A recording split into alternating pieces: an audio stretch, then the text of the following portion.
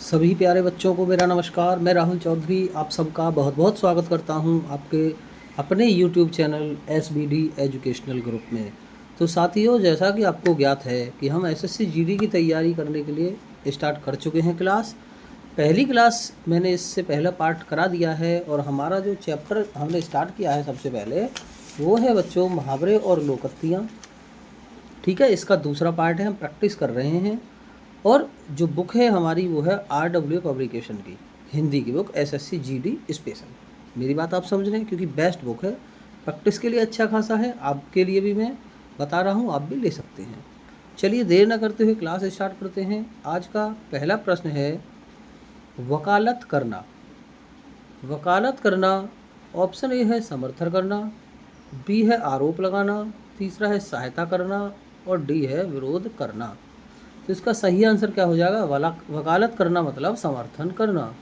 Option number A बिल्कुल ठीक है। ऑप्शन ए बिल्कुल ठीक है। अगला प्रश्न, अगला प्रश्न है आपका हाथ पांव मारना। हाथ पांव मारना, लालच दिखाना, असंतुष्ट होना, प्रयत्न करना या लड़ाई करना। तो इसका सटीक और सही आंसर हो जाएगा बच्चे आपका ऑप्शन नंबर सी, प्रयत्न करना। हाथ पांव मारना मतलब प्रयत्न करना, कोशिश करना। ठीक है। अगला प्रश्न, घर की खेती। अगला प्रश्न है जी घर की खेती। घर की खेती, मुसीबत का एहसास होना, बहुत कष्ट झेलना, अपनी चीज़ या जोरों की भूख लगना। तो घर की खेती का मतलब क्या हो जाएगा? घर की खेती है भाई हमारी, तो अर्थात अपनी चीज़, अपनी चीज़ के बारे में कहेंगे घर की खेती। ठीक है। अगला प्रश्न, आज का अगला प्रश्न है, आज का अगला प्रश्न है जी गर्दन झुकाना। गर्दन झुकाना, और गर्दन झुकाना का आंसर हो जाएगा नफरत मिलना या लज्जित होना या अचंभे में पड़ जाना या बहुत कसर उठाना। तो गर्दन झुकना मतलब गर्दन झुका ली भाई शर्म के मारे, इसका मतलब लज्जित होना। गर्दन झुकाने का मतलब है लज्जित होना। अगला प्रश्न, अगला प्रश्न है आपका खिचड़ी पकाना। भाई क्या खिचड़ी पक रही है, ऐसा बोले ना, क्या खिचड़ी पक रही है। तो इसका मतलब बहुत सारा खाना बनाना, ये तो नहीं है, छुपकर बातें करना या खाना बनाना या षड्यंत्र रचना। खिचड़ी पकाना मतलब कोई षड्यंत्र रचना, कोई रणनीति तो नहीं कहेंगे, षड्यंत्र रचना। ठीक है। अगला प्रश्न, अगला प्रश्न है आपका तू मैं होना। तू मैं होना, मन भारी होना, बहस हो जाना, अपनी बात ऊपर रखना या दूसरे की बात सुनना। तो क्या हो जाएगा? सबको पता भाई उसके और उसकी बात तू मैं में हो गई आपस में। इसका मतलब क्या हो गया? आपस में बहस हो गई भाई। तू मैं का मतलब हो जाएगा बहस होना। अगला प्रश्न, अगला प्रश्न है बहुत बढ़िया प्रश्न है, ऐसी तैसी करना। ऐसी तैसी करना मतलब ऑप्शन है अपना नुकसान स्वयं ही करना, अपने आप में संतुष्ट रहना, बुरी दुर्दशा करना या भेद खुल जाना। तो ऐसी तैसी कर दूंगा, तो बोलते ना भाई ऐसी तैसी कर दूंगा भाई इसकी मैं, है ना। तो इसका मतलब बुरी दुर्दशा करना। बुरी दुर्दशा करना, ऑप्शन नंबर सी बिल्कुल ठीक आंसर है। अगला प्रश्न, अगला प्रश्न है गाढ़े का साथी। क्या है अगला प्रश्न? गाढ़े का साथी, बुराई करने वाला व्यक्ति, बिना काम इधर उधर घूमने वाला व्यक्ति या बुरे समय में सहायता करने वाला या धनी व्यक्ति। तो बच्चों आपका आंसर हो जाएगा ऑप्शन सी, बुरे समय में सहायता करने वाला। ठीक है, उसे कहते हैं गाढ़े का साथी। अगला प्रश्न, अगला प्रश्न है बच्चों उड़ती चिड़िया पहचानना। उड़ती चिड़िया पहचानना, बहुत क्रुद्ध होना, बहुत अनुभवी होना, विपरीत कार्य करना या भीतर ही भीतर रोना। या भीतर ही भीतर रोना। कह मैं ना भाई तो मैं उड़ती चिड़िया पे पर बिन दूंगा, तो मतलब अनुभव होगा तभी तो कुछ कर पाएगा। तो इसका आंसर हो जाएगा आपका बच्चों बहुत अनुभवी होना। ठीक है। चलिए अगला प्रश्न, अगला प्रश्न है नेकी और पूछ पूछ। नेकी और पूछ पूछ। भलाई करने में क्या पूछना? काम करने के लिए स्वयं समर्थ न होना, गलत काम करके सफाई देना, या पूछ के ही को काम करना। तो इसका आंसर क्या हो जाएगा? इसका हो जाएगा भलाई करने में क्या पूछना। भाई जो काम करना है भला उसे पूछना ही क्या है, कर डालो। ठीक है, ये रहा अगला प्रश्न। अगला प्रश्न है टिप्पस लगाना। अगला प्रश्न है आपका टिप्पस लगाना। चुप रहना, निकम्मा होना, या चुगली करना, या सिफारिश करना। तो टिप्पस लगाने का अर्थ हो जाएगा आपका सिफारिश करना। ऑप्शन नंबर सी बिल्कुल सही आंसर है, सिफारिश करना। चलो अगला प्रश्न। अगला प्रश्न है हातिम होना। हातिम होना। धूर्त होना, चालाक होना, खास होना, या उपकारी होना। तो इसका मतलब हो जाएगा भाई वो बहुत हातिम है। इसका अर्थ है बच्चों उपकारी होना। ऑप्शन नंबर सी बिल्कुल करेक्ट आंसर है, उपकारी होना। अगला प्रश्न। नेक्स्ट प्रश्न नाक भौं सकोड़ना। अगला प्रश्न आपका है नाक भौं सकोड़ना। भौं समझते ना, आईब्रो।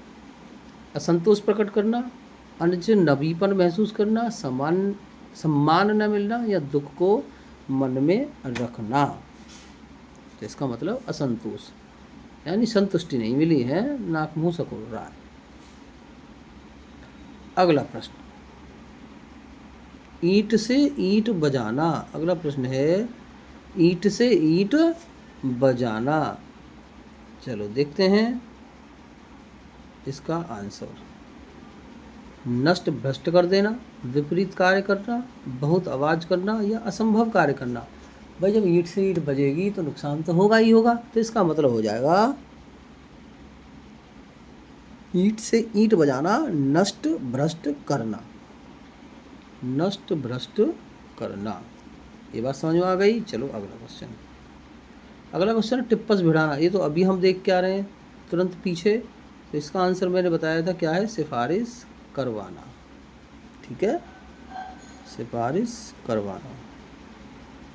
नहीं, वो टिप्पस लगाना था और ये टिप्पस भिड़ाना है बच्चों, उसमें अंतर है ना। टिप्पस लगाना मतलब सिफारिश करना, और टिप्पस भिड़ाना है सिफारिश करवाना। ये इसका आंसर ठीक है। नेक्स्ट प्रश्न। ये बड़ा अच्छा प्रश्न है, ध्यान से देखेंगे कि हिमालय की चोटियाँ तो, ये खाली स्थान है, करती हैं वाक्य में रिक्त स्थान की पूर्ति उचित मुहावरे द्वारा करिए। हिमालय की चोटियाँ तो राई का पहाड़ हैं, गगनचुंबी है, आसमान से बातें, या आसमान चूमती हैं। आसमान से बातें करती हैं, आसमान चूमती हैं। तो क्या करेंगे, हिमालय की चोटियाँ तो आसमान से बातें करती, यानी ऊंची ऊंची हैं वो, ऐसा कह सकते हो, बहुत ज़्यादा ऊंची हैं क्योंकि ऊंचाई बहुत ज़्यादा है। अगला प्रश्न। अगला प्रश्न है आपका लेने के देने पड़ना। लेने के देने पड़ना। बहुत अधिक लाभ होना। अरे लो, लेने के देने पड़ गए तो लाभ कहाँ से हो गया? लाभ के बदले हानि, व्यापार न करना, कुछ ना देना। यानी जब हानि हो गई तो लेने के देने पड़ गए भाई, है ना। हानि हो गई, लाभ होना था, हो गई हानि, तो लेने के देने पड़ गए। अगला प्रश्न। अगला प्रश्न है जी अच्छा होना। अगला प्रश्न क्या है? जी अच्छा होना। तबीयत ठीक होना, बहाना करना, हिम्मत करना, या रंग बिरंगी। तो इसका मतलब क्या है? जी अच्छा हो गया भाई, मन अब अच्छा है ना, अच्छा महसूस कर रहा हूँ। तो इसका मतलब तबीयत ठीक होना।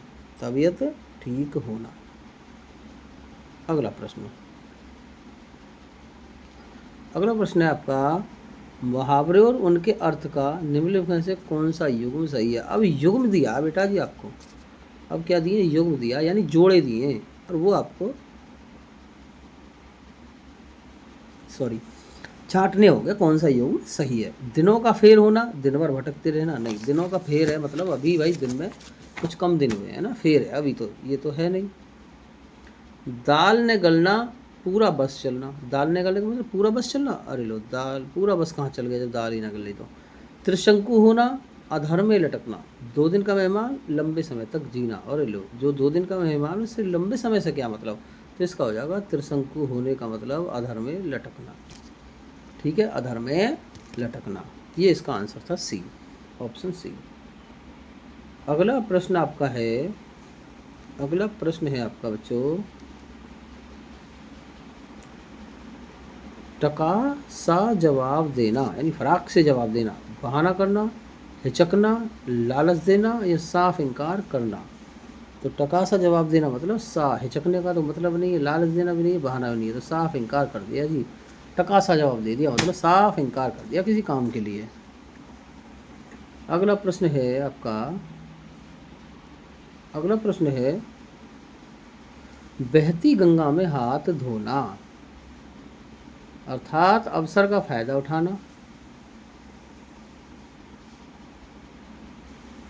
अपमान सहन कर लेना, सम्मान देना या बहुत परिश्रम करना। बहती गंगा में हाथ धो लो जी हैं, अर्थात अवसर का फायदा उठाना, अवसर मिला किसी काम के लिए कर लो फटाफट से, रोको मत उसे, ये इसका कहने का मतलब है। चलिए, तो ये थी आज की वीडियो। आज के कुछ क्वेश्चन थे बड़े इंपॉर्टेंट और जो पेपर में आए हुए हैं। आज थे ज़्यादा क्वेश्चन जो 2023 में आए हैं, कुछ 24 के भी थे और अब 23 के स्टार्ट हो चुके हैं। ठीक है, तो चलिए, उम्मीद है ये वीडियो आपको समझ में आई होगी। अगर बच्चों आपको वीडियो समझ में आई है, थोड़ा भी कुछ फ़ायदा लगता है तो वीडियो को लाइक कर देना, अन्यथा डिसलाइक कर देना। चैनल को सब्सक्राइब कर लेना अगर वीडियो अच्छी लगी है, क्योंकि जब मैं आगे वीडियो डालूंगा तो आगे वीडियो आ सकें आपको, इसलिए। ठीक है, तो चलिए मिलते हैं नेक्स्ट वीडियो में। जब तक के लिए आप सबको फिर से प्यार भरा नमस्कार, बहुत बहुत धन्यवाद। जय हिंद, जय भारत।